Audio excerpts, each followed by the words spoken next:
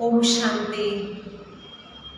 जैसा हम सुनते हैं, देखते हैं, पढ़ते हैं या खाते हैं, उसका सीधा प्रभाव हमारे मन पे पड़ता है। और जैसा मन पे प्रभाव होता है वैसे ही मन के विचार चलते हैं। और बार बार मन में जो विचार चला, जो मन में चिंतन चला, वही हमारा जीवन बन जाता है। क्योंकि जो मन में चलता है वही हमारे बोल निकलते हैं, वही हमारा व्यवहार होता है और वैसा ही हमारा जीवन बन जाता है। जैसे हम कंप्यूटर पे कोई भी काम करते हैं तो कीबोर्ड के माध्यम से कंप्यूटर को कमांड देते हैं और जो कुछ भी हमने उसको कहा वो कीबोर्ड के माध्यम से ली हुई बात को सीपीयू के पास भेजता है।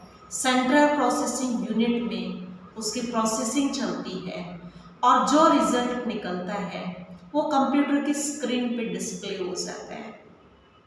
ठीक उसी तरह से हमने भी जो कुछ इनपुट लिया, चाहे वो कानों से, चाहे वो देख करके, चाहे वो खा करके या पढ़ करके, वही जो इनपुट अंदर गया हमारे मन में वही प्रोसेसिंग चलती है।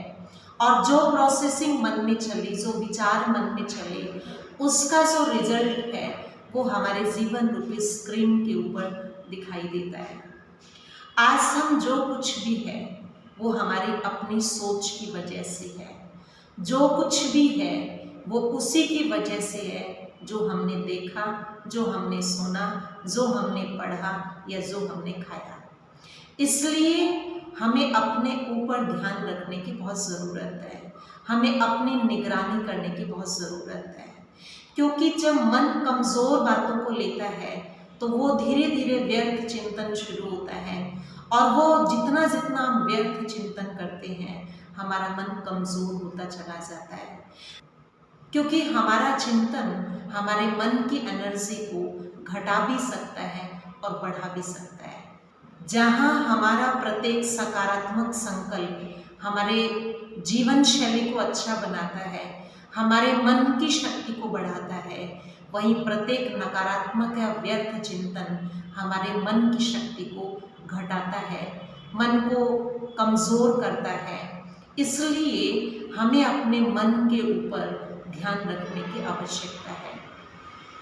लेकिन कुछ कहते हैं कि हम चाहते नहीं है, ऐसा बोलने पर मेरे मुंह से निकल गया, हम चाह नहीं रहे थे ऐसा सुने पर मैंने सुन ही लिया, चाह नहीं रहे थे ऐसा करें पर बस हो ही गया। इसका मतलब हमारा स्वयं के ऊपर नियंत्रण नहीं है। मन इतना कमज़ोर हो चुका है कि हम चाहते हुए भी वो कर नहीं पा रहे हैं। इसलिए अपने मन का ध्यान रखने की बहुत ज़रूरत है, अपने मन को बार बार समझाने की बहुत ज़रूरत है। हर कारोबार को हम बहुत अच्छे से करते हैं और अपना पूरा समय देते हैं। ऐसे ही हमें अपने मन की शक्ति को बढ़ाने के लिए अपने मन को भी समय देना है। मन एक छोटे बच्चे के समान है, इधर गया उधर गया, उस चीज़ को छेड़ा, उसको तोड़ा, उसको फोड़ा, लेकिन उस बच्चे को बढ़िया सा खिलौना दे दिया जाता है तो वो उसमें बिजी हो जाता है। इसी तरह से मन को भी हम एक सही दिशा बता देते हैं, मन को सही संकल्प का रास्ता बता देते हैं तो मन उस अच्छे संकल्प में बिजी हो जाता है और उसका व्यर्थ की तरफ भटकना स्वतः ही बंद हो जाता है।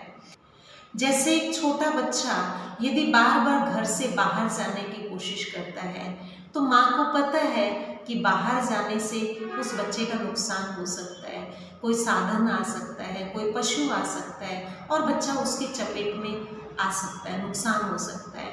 तो वो माँ बार बार उस बच्चे को अंदर लाती है और उसको अंदर ही रखने की कोशिश करती है। वो फिर बाहर जाता है, फिर पकड़ के लाती है, फिर बच्चे को समझाती है, फिर वो बाहर जाता है, फिर उसको पकड़ लाती है।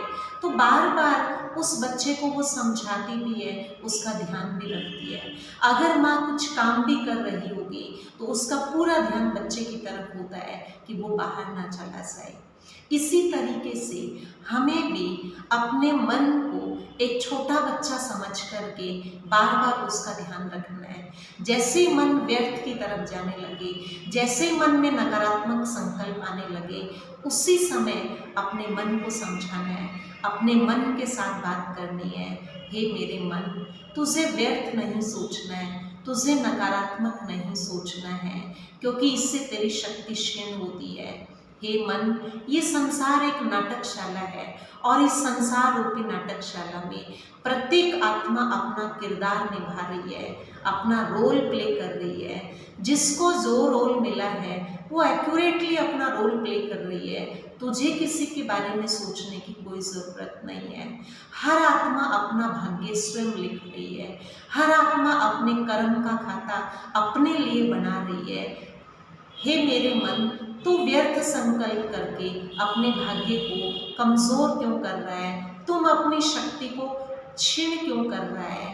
हे मेरे मन, तू बहुत शक्तिशाली है, समर्थ है, तुझे तो विशेष कार्य करना है, तुझे तो इस संसार में महान कार्य करना है, क्योंकि तेरा जन्म इस संसार में साधारणता के लिए नहीं हुआ है, महान कार्यों के लिए हुआ है। इसलिए हे मेरे मन, अपनी शक्ति को पहचानिए, अपनी शक्ति को समझिए और समर्थता की तरफ रहिए, सकारात्मकता की तरफ रहिए। इस तरीके से हमें बार बार अपने मन को समझाना पड़ेगा। जैसे किसी बच्चे को एक बार समझाने से वो नहीं मानता है, फिर समझाते हैं, फिर समझाते हैं, फिर समझाते हैं। ऐसे ही अपने मन को भी हमें बार बार समझाना है। बार बार जब समझाएंगे तो वो मन सही दिशा पे आ जाएगा और उसका भटकना बंद हो जाएगा।